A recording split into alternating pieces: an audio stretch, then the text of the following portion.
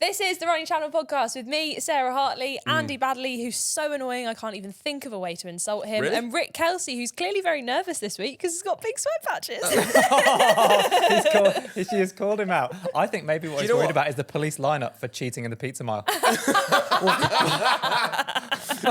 This is a Danger Blue t-shirt. Yeah. And it's that colour where, you want to stick with a jumper. Anyway, should we do a podcast? Tell you what though, your face looks so matte right now. Oh, well, topped up, didn't I? Put the makeup on, let's go. Let's go. So today we're going to talk about all of the different ways that you could cross-train and why you need to cross-train. Yeah. Why that's so important for runners. But first, I guess we need to have a quick catch-up. We don't have to, but it's nice. Oh, go on then. How's your week been? It continues to be hard. I was so nervous last week in the build-up to the big time trial. So you need to stay tuned to watch the video to find out how that went. Yeah, not giving anything away. But I was back in, surrounded by people who are much fitter than me and my previous world. So I felt incredibly self-conscious, kind of putting myself back into that environment again. Did it all come flooding back, or were you just like... Oh, well, I mean, the ability didn't come flooding back. That's that thing that has sailed. That's off in the distance, along with Rick's integrity and conscience about not cheating in Running Channel tasks. I never wanted to do that pizza mile video. About this. Never wanted to do it. I wasn't even there. You didn't even You didn't turn up. You weren't even there. Yeah. Do you want us to make you do it so you'll understand why Rick felt the need to do that? If people don't know what we're talking about, by the way, last summer we did a video which was called The Pizza Mile, where we went to Cambridge, ran round a track, but you had to do Oxford. Oh, was it? I was Oxford, yeah. I know, it was somewhere you studied. No, you didn't study there, did you? I studied at Cambridge. You studied at Cambridge. I knew there was. We went to Oxford. Yeah, we went wrong way around. You did run a really fast mile there, though. Yes, Bannister that track. was it. Yeah. Yeah. So you had to eat a pizza every time you went round the track. Pizza, lap then of a the lap. track. Yeah. So I had to, when we ordered the pizza, I was like, small favour, can you just cut it into 4? Don't want 8 slices, just 4. 4. Yeah. Yeah. And there happened to be some crusts lying around at the end. And They we weren't didn't quite happen. sure No. where they came Falling from. out of your shorts. And a crust or two may have fallen out of my shorts by accident. And I'm holding up my hands and saying, yes, I did that because I thought that challenge was awful. I'm sorry. If we do another beer mile this year, though, are you guys both in? Yeah, I'll do that. Oh, I don't Do- know. can The we do beer a mile wine looks mile? horrible.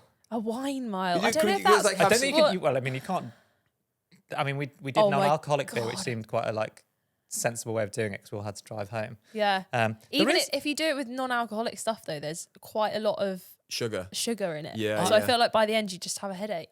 But when a car manufacturer has like a minor fault, and then people start digging back through to see whether the whole car should be recalled and all that sort of stuff. I wonder whether we should start digging back through former challenges to see, because I actually can remember another one. Can you? Really? I don't know if this counts as cheating. This was in lockdown. We did one where we had to. This is one of my favorite videos we ever made. We did a treasure hunt, or like a scavenger hunt, Yeah. where we all had a list of stuff that we had to go and search. Absolutely for. not. I didn't cheat on that. Did you actually see a llama or a Yes, camel? I did see a llama. Or an alpaca. Absolute liar. Absolute liar. No, There they is have llamas.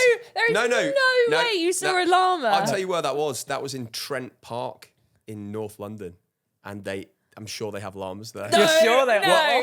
Well, That is- they have someone dressed up as a llama. Oh, in lockdown. No, they have. I'm sure it was a llama. No, come on. It may have been another. Come on. It may have been a camel or something. Come on. Come on. No, It was a I'm not- pigeon, you're not wasn't having it?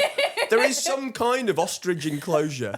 Like, Yeah, you know what, mate? It's changed There the is- animal 4 times in the last 10 seconds. no, they're these Go on, giant penguins. last chance. You can say sheep and I'd have no, slightly more listen, chance of believing you. No, that happened, and that is a brilliant video. More people should have watched that video. Yeah, they should have done it. It was one of those You things. could also, I don't think we have it as a downloadable resource anymore, do we? But at the time, we had it as you could download the scavenger hunt and go do it yourself. Yes. Yeah. Oh, Maybe we'll do that again sometime. Good times. But anyway, Rick, how's your week been? Yeah, so have you two heard of the concept in running of the frustration run? Aha. yes. Yeah. So basically, Do them all the time. You do them all the time? Do you? Yeah. Okay. Straight after the one-to-one meeting with me. No, just after this. Every week. I'm not really that type of runner. I like to get up in the morning, go for an enjoyable run when I feel like it. It's not because I'm frustrated or the world's driving me mad. But at the weekend, I did a frustration run. So I took Elizabeth to see Frozen the musical. Yeah. Yeah. God, Elsa's annoying. Why? Yes, my gosh. So it's just like, you're just sitting there screaming kids. Like, yeah, okay, it was enjoyable. Went to the West End, had a nice time. But at the end, I was like 4.5 hours of, being told to sit in your seat. Is that how long it is? No, it's 3 hours. But I was in like going there and back on the train. Do you know what you need to do? Go on. Let it go. Oh my God. Hey Rick, don't let them in. Don't let them see. No, obviously you're only in The the cold Be clearly the doesn't good bother you girl anyway you with those always sweat patches. That's good. I've got to admit, that's good for you. That's really good. So we just got back and I just went out and had a nice run. It was, when it was Sunday evening. So you vented that frustration. Yeah, and I really enjoyed it. I'm sorry, I'm literally just thinking of more Frozen puns. Did you have a good Olaf at the situation? Oh, it's good. Nice. Thank Yeah, you. Olaf was actually quite good. He was. Sven, are we going to move on to the next thing? Yes, Sarah. Yes! Thanks. Anyway, your week. I didn't build a snowman, but I did. He's trying not to laugh. I did go on. I actually want to talk about. So we're going to loads of different run clubs at the moment, and I wanted to talk about how I went to one in Dublin, and oh my goodness, they know how to party in Dublin. I don't know whether it was an anomaly, but we went out. Yeah, we took to the street. I saw you having a bit of symposium afterwards. Oh, what, some Guinness? Yeah. So I've never actually properly had a Guinness. And I thought, whilst in Dublin, we've got to check it. So we did this event, went for a run, then went for some Guinness afterwards. Is that what they do every week? Have you? No, but the runners there, so lovely. And like there were loads of different run clubs. So if you're in Dublin, go and check out some of the local run clubs because they sound amazing. Have you irreparably damaged the running channel's reputation by consuming 2 pints of Guinness and then just getting out of control? No. Oh. No. Do you want to know what I did after I had my 2 pints of Guinness? Oh, yeah. I went back to my hotel. I bought a packet of crisps and a what do you call it? Like a tube of Rolos. Rolos. Yeah. Did you save the last one for anyone? No, are you supposed to do that? You're supposed to, yeah. It used to be a thing we used to save the last Rolo for somebody else. Oh, no. Yeah. It's definitely not for you two. And then ate them and then went to sleep. But then it was hilarious. The Simon, crazy. the videographer who we were with, he was like, we went to the pub and then two of us were getting an 11 a.m. flight. He was getting a 6 a.m. flight. So he was like, oh, it's so late. I've got to be up so early. And he was getting a packet of crisps too. Put his money in. It goes to unlock and gets stuck. Oh. And he was like, this is the worst. And then we went to reception and we're like, our packet of crisps is stuck. What do we do? Because another person was like, I'll just shake it. And they were like, no, we can't shake it. And the people at reception were like, yeah, just shake it. So we were literally there at 11 p.m. like shaking this. Did they come out? It Yeah, is they did come out. jeopardy, those machines, because you just think every time it's not going to work. Especially haven't if got you've much seen faith the in ones them. where they do drinks and it's like a proper robot and it goes up and then it like drops your drink in. Yes, they're quite satisfying to watch, aren't they? From the future, those things. Yeah. But anyway, is that all of our weeks done? It's what it reminds me of that grabbing machine that we had at the running show in January. We had a fairground grabber. We had a fairground grabber filled with shoes, and you could come along, and the queue was there. I mean, The queue lasted longer than the grabber. yeah. At one point, it overheated because it had been used so often. Yeah, the grabber went bonkers. Would you like to talk about cross training? Very good. Was that supposed to be? Do you want to build Would a you snowman? like to build a snowman? Yeah. Okay, right. Why let's didn't you talk. say? Do you want to talk about? Do you want to? As in started. Yeah. Did I say would you like? Yeah.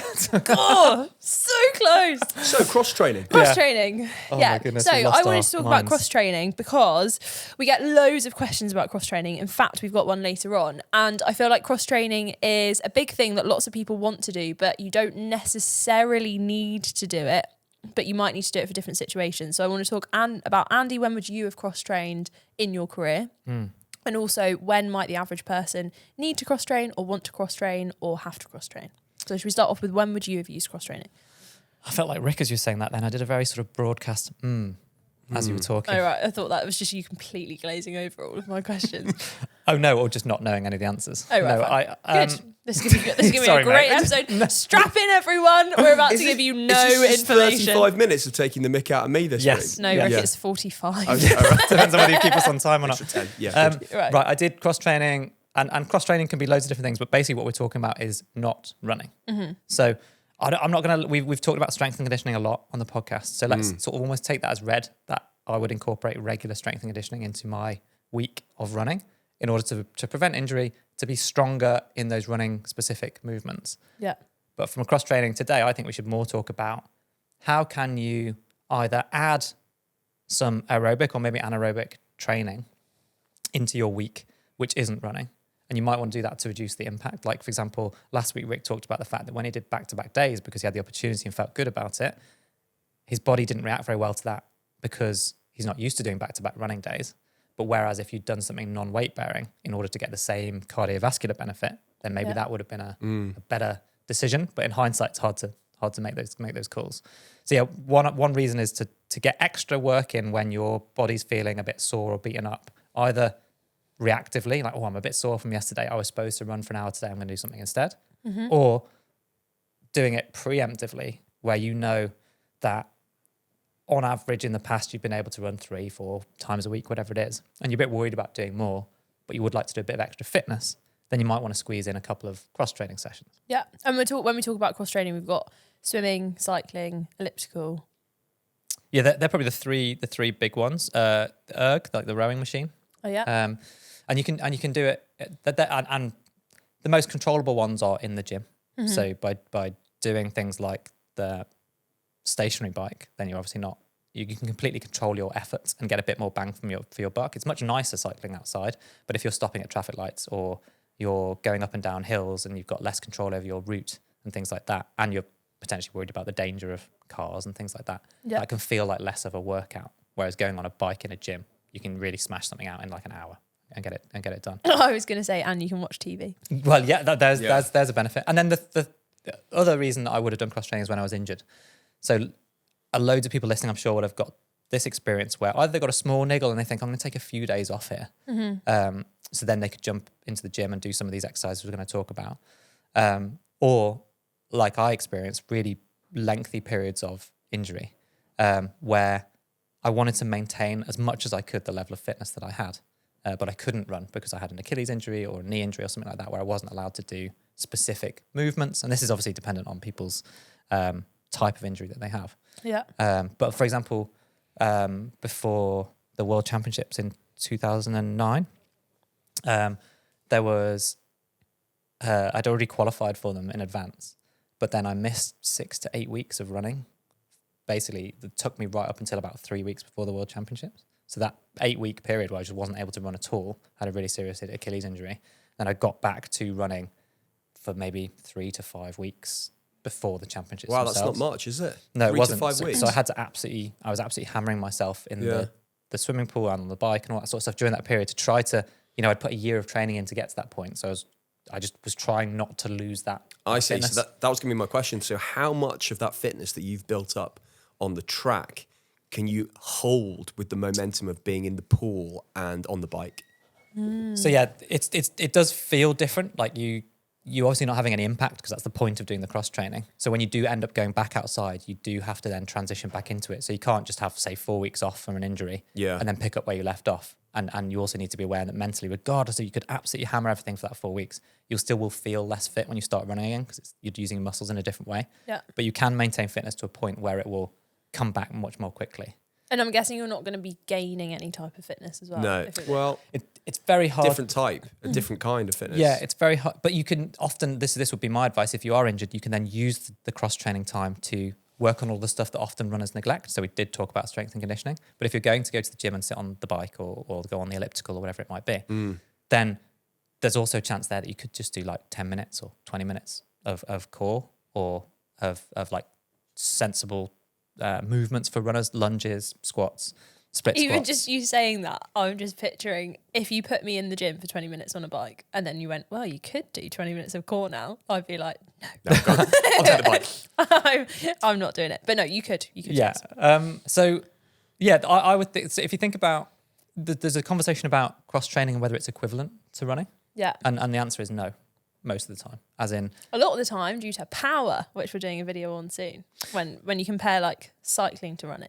Yeah, that power is really difficult to compare because of the fact that mechanical power on a bike is measured directly through the crank and the crank to the pedal. So it's your physical measure of that mechanical power. Whereas in running, it's sort of a guesstimate or a clever estimate based on the way your arms or body are moving. It's a different Hang on, but it's figure. not an impact sport, cycling, is it? Whereas running is an impact sport.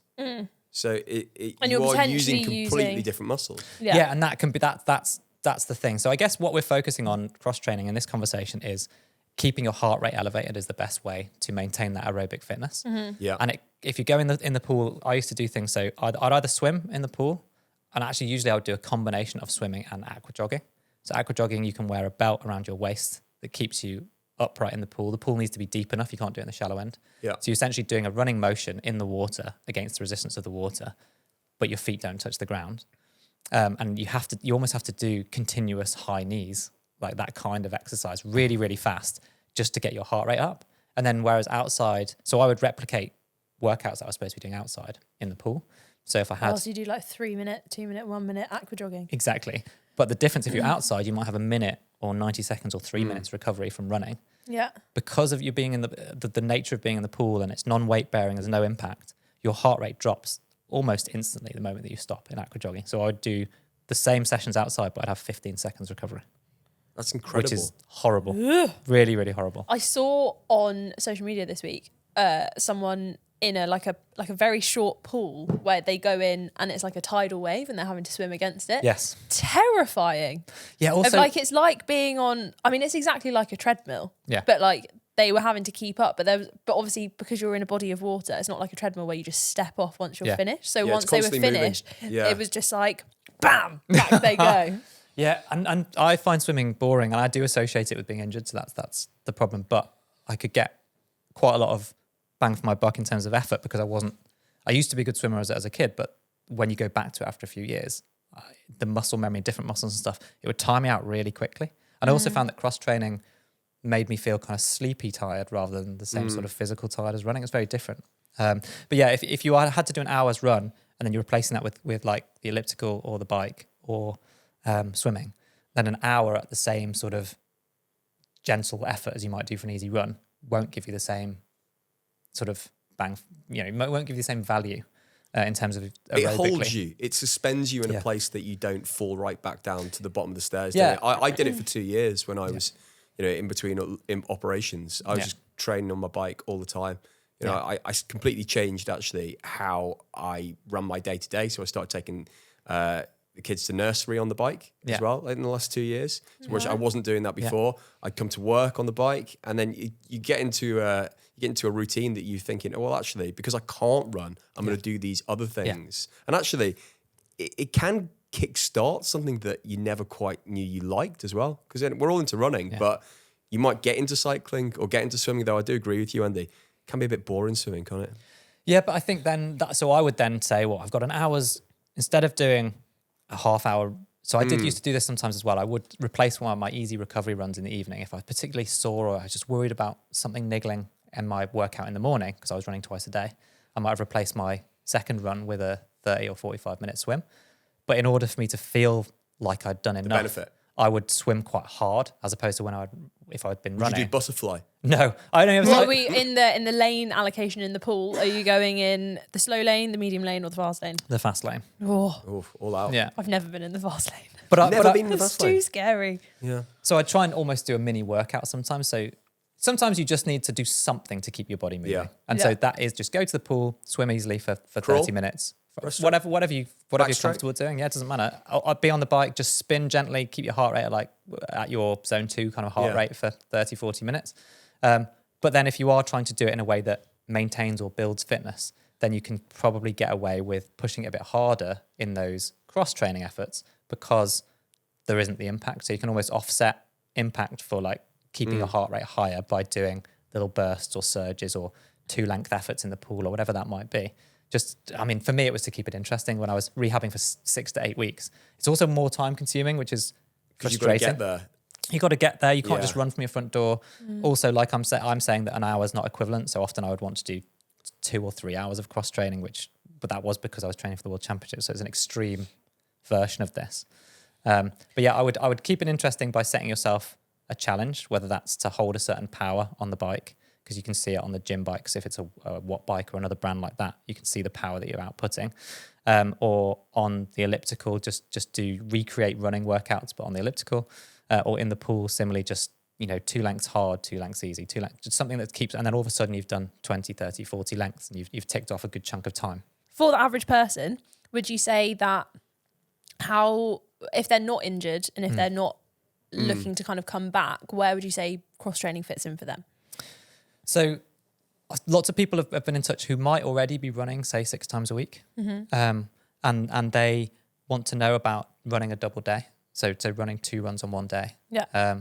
Because I would say that ideally you still have some form of recovery in the week. So rather than going from 6 days a week to 7 days a week, ironically, it might be better to add in a double run, or your sort of step before going to a double run, because that is quite a big step and it does take a lot of recovery. And if you are working a full-time job, it can take a real toll on how tired you feel. Yeah.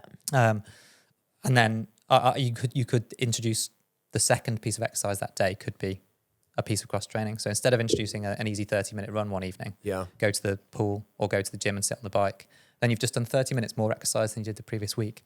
But the risk that you put on yourself by not increasing your mileage and impact that little bit more could be a way of doing it where you start to feel that little bit of benefit. And then when you've done that for a while and that's not taking too much of a toll on your overall recovery, you could swap that for a run. And then that's your evolution towards doing more. I think the trick with cross training is mixing it up. Having had so much experience of this in the last couple of years, not doing the same 6 exercises. If you're going to the gym and you want to cross train, not doing the same 6, or like maybe keep 2 in that are absolutely vital for your type of training, but mixing the other 4 up every time you go, so it's not boring, it's not the same. Yeah, absolutely, that's 100% what I had to do when I was doing longer periods of it. Or I think if you were doing it as part of your regular routine as a preventative measure, I think you could just rotate through stuff, couldn't you? You could do a spin bike one week, swimming another week, then I'd get on the the step machine or on the cross training, the elliptical. Yeah. But then if you are doing a continuous period of cross training, it will, even after 2 or 3 days, you'll have it in your mind where the physio or the doctor or whatever, this is an injury that's going to keep you out for a couple of weeks. Yeah. So you're like, I can't keep doing this. This is going to completely kill me. But then you do exactly that mix. I used to then start, the luxury of being a full-time athlete is I had more time in the day. But I would do a swim and then, but shorter than I'd done the day before, quickly dry off and hop straight on the bike and then do half an hour on the bike. So then my hour was split up or however long I was giving to it. And then set myself little challenges. There are... you can get waterproof headphones, so you can swim with headphones in the pool. And you can get goggles which have like a heads-up display stats. Almost. Yeah. Or if you're on the bike and you use something like Zwift, then that can also be you gamify it a little bit.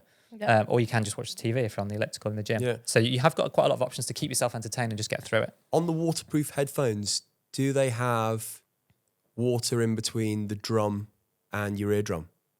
Do you know what I mean? Do you put them on when you're in the water? I'm pretty sure you can get bone conducting ones. Yeah, I don't think they go in. They don't go in? I don't know. I'm not sure. No. Or if they don't, then you'd have to put them on and then get in the water. Yeah, I was going to say. Yeah. Otherwise, you're like What is the point of butterfly? At the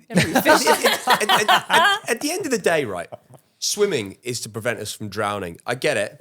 Crawl, right, wow. Go faster, get away. Backstroke, bit of a lazy stroke, get there in the end. Wow, if anyone's listening, Rick's just alienated the whole of the world. Sorry, who can swims. I just also, where does doggy paddle come into but this? what's the point in butterfly? Nobody thought I'm gonna, show my sweat patches and go like this. Do you know what I mean? There's no point in that stroke. Isn't it mimicking a lot of like fish though? So surely that's more efficient.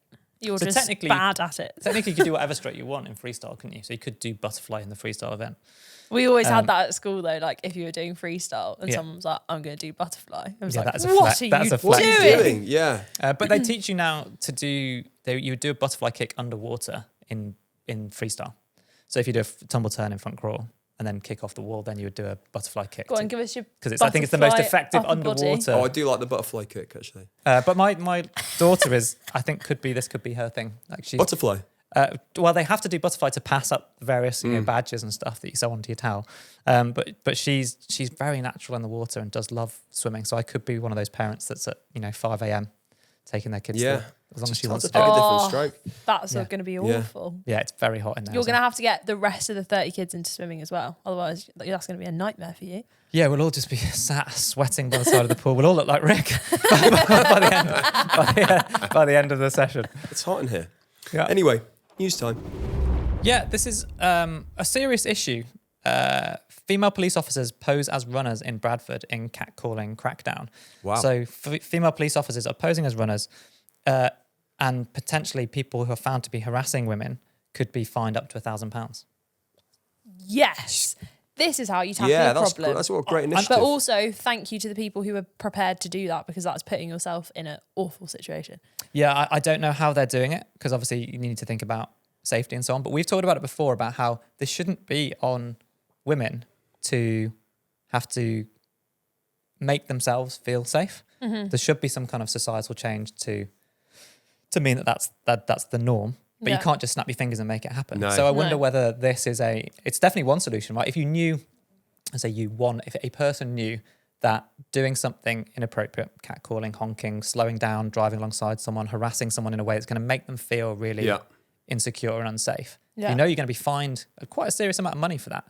Then does that start the conversation where people just think twice and don't do it? Hopefully. My only reservation is you can also get fined for not picking up dog poo and littering, and look how much of that still happens. That hasn't been very effective, has it? No. But I guess you can do that more, like that's an action that you can take when no one's looking, whereas harassing someone, the other person's going to know about it. And also, in this story, hopefully if people read about the fact or hear about the fact that people are posing as female runners in this instance, it's going to put people off. then you might think that could be a police person. So none of this should have to be a conversation. Yeah. Right? I don't know how this goes through someone's mind, but it does. Well, I hope they So- just never announce. I hope they announce that this is a UK-wide thing, a Yeah. worldwide thing, and then I hope they never announce when they're stopping it.